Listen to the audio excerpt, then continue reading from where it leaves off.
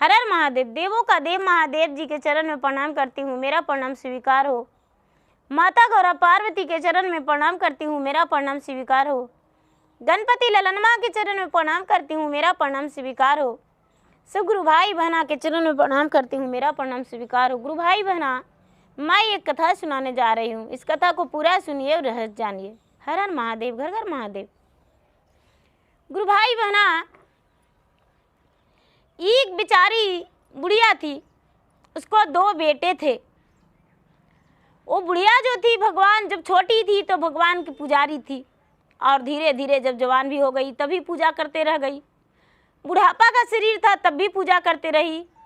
गुरु भाई बहना, बेचारी बुढ़िया के 2 पुत्र थे, दोनों बड़े हो गए थे और दोनों बड़े होकर पढ़ लिख कर ज्ञानी हो गए थे। बुढ़िया के घर में किसी प्रकार का कोई कमी नहीं था। गुरु भाई बहना, बुढ़िया जो थी अपने बेटे से बहुत प्यार करती थी और दोनों बेटा के शादी कर दी। जब दोनों बेटा के शादी कर दी तो दोनों बेटा गुरु भाई बहना बड़े खुश थे और अपने माँ से बड़ी प्यार करते थे। बिना माता के भोजन कराए हुए वो भोजन नहीं करते थे गुरु भाई बहना, और बिना बेटा के घर आए माँ भी भोजन नहीं करती थी। माँ भी बेटा के आस में बैठी रहती थी। लेकिन गुरु भाई बहना, घर में रहने से तो गुजर होता नहीं है, पढ़ाई लिखाई चला। उसके बाद बोला, दोनों के शादी हो जाने के बाद, माँ हम लोग दोनों के बीवी बच्चे हो गए हैं, घर में परिवार ज़्यादा हो गए हैं। माँ, जब छोटा परिवार थे तब घर से खेती बाड़ी से गुजर हो रहा था, लेकिन क्या परदेश जाएं? तो गुरु भाई बहना माँ हंसकर बोली, बेटा अपना अपना पत्नी से पूछ लो, यदि जाने को लिए कहती है तो तुम परदेश जा सकते हो, और नहीं तो ऐसे परदेश मत जाना। गुरु भाई बहना दोनों अपना अपना पत्नी से पूछे तो दोनों का पत्नी बोल दिए, ठीक है स्वामीनाथ, आप परदेश जा सकते हैं, कोई बात नहीं, खत लिख कर भेजा कीजिएगा और इधर से हम भी पत्र लिख कर भेजेंगे, संदेशा आते जाते रहेगा और 4-6 महीने में आप घर आ जाइएगा। बोले ठीक है। गुरु भाई बहना जब घर से जाने लगे तो कहने लगे कि देखो हम तो परदेश जा रहे हैं, लेकिन माँ का ख्याल रखना और माँ का समय समय से भोजन देना, क्योंकि मेरी माँ बूढ़ी हो चुकी है और मुझे प्रतिपाल की है बड़े कष्ट से, हमें कभी दुख नहीं दी थी, तो माँ का बुढ़ापा में यदि हम दुख देंगे तो कहाँ जाएगा। गुरु भाई बहना इतना कह के अपने पत्नी को समझाकर और दोनों बेटे परदेश चले जाते हैं।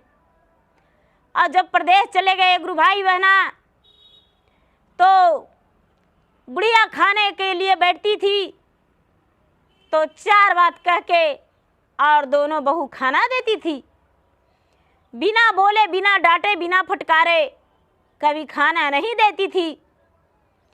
गुरु भाई बहना अब हर दिन बुढ़िया के आंखों का आंसू सूखता ही नहीं था, और जब बुढ़िया के आंसू नहीं सूखता था वो मंदिर जाती थी और भगवान से कहती थी कि हे भगवान, मेरा बेटा का अमर करके रखिएगा, मेरा बेटा का बाल भी बांका नहीं होने दीजिएगा, और मेरा बेटा मन चित लगा के प्रदेश में रहे और प्रदेश में खुश रहे।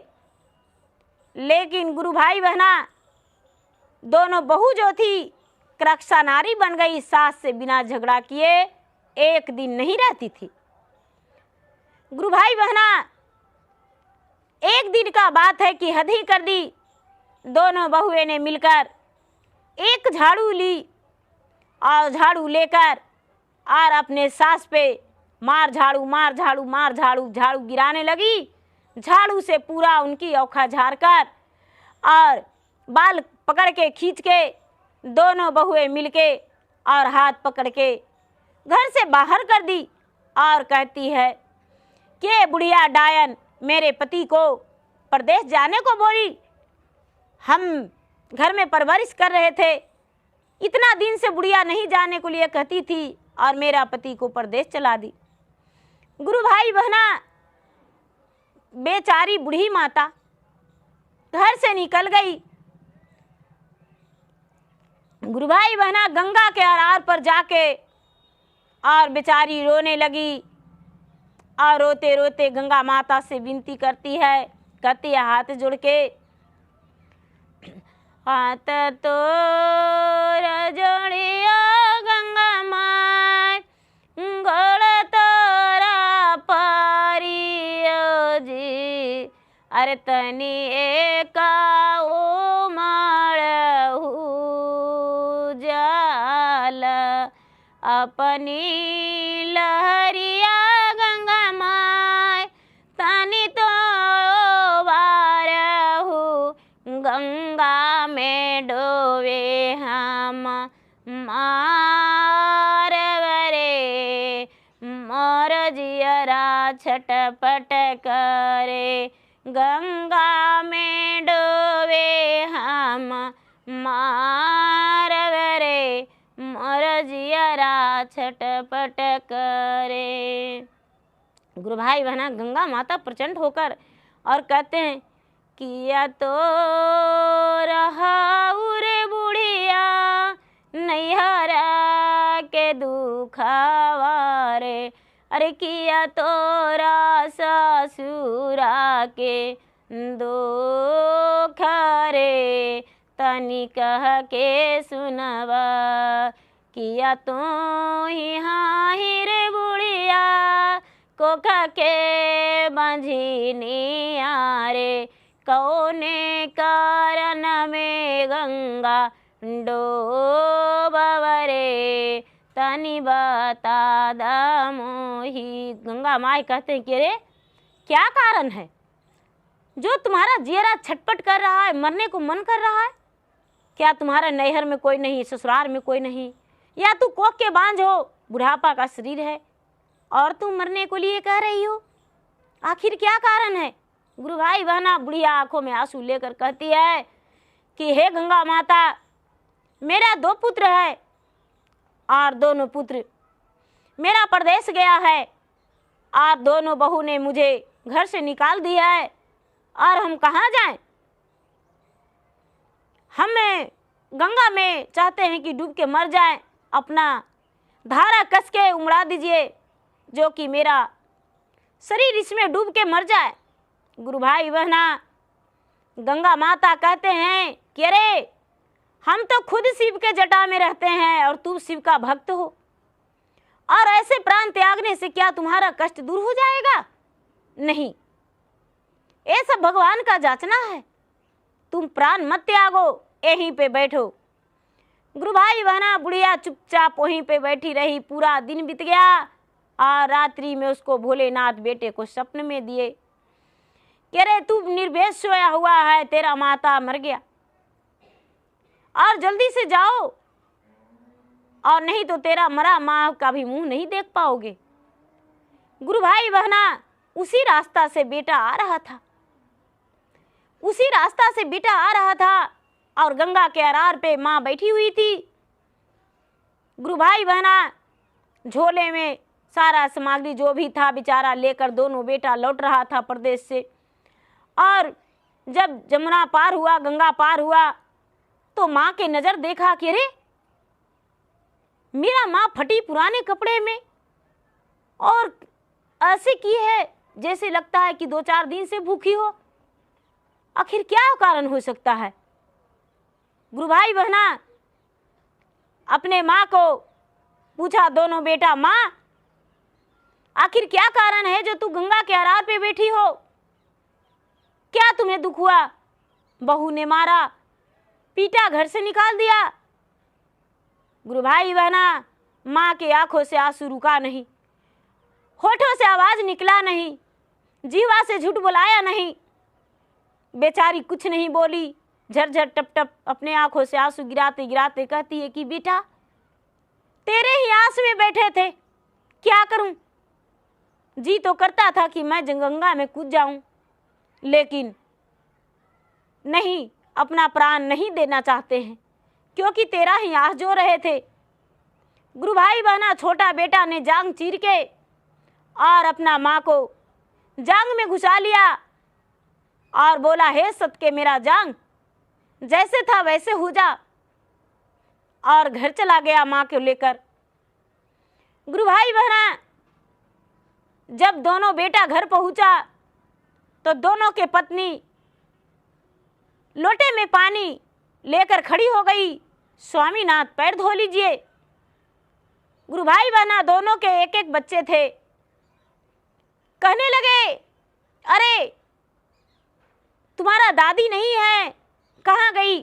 दोनों बच्चा अनज्ञानी छोटा था। दोनों की पत्नी कहती है कि दादी तो, माँ तो अपना मैके गए हैं।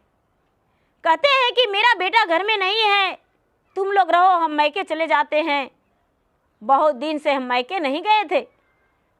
गुरु भाई बहना बोला, बेटा बोला तो माँ मैके गई है तो हम तुरंत मैके से लाने जा रहे हैं, क्योंकि हमें भी नानी घर गए हुए बहुत दिन हो गया है, तो हम जाकर माँ को ले आएंगे।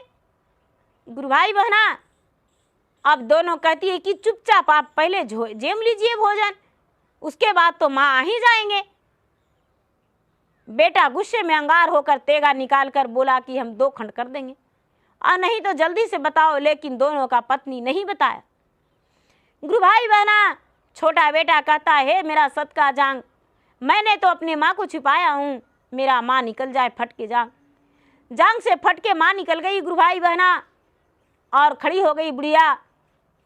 और जब खड़ी हो गई तो ये देखा तो अब दोनों बहुएं हाथ जोड़ के कहती है अपने पति से, हे स्वामीनाथ, हे पति देव जी, मुझसे गलती हो गया, मुझे क्षमा कर दीजिए, मैंने बहुत बड़ा गलती किया हूँ, मुझसे भूल हो गया।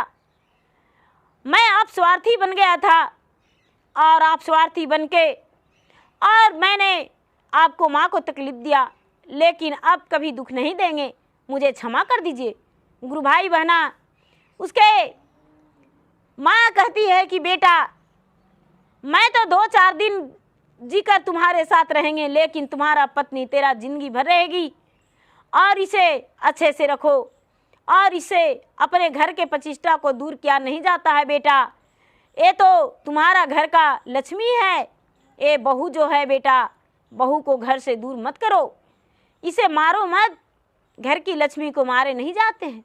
गुरु भाई बहना, वो बोला राजकुमार की, देखो मेरा माँ में कितना दया है कि तुम्हें बोलती है कि इसे मारो मत और घर से मत निकालो, और एक तुम थी कि मेरा माँ को मार के पीट के और भगा दी।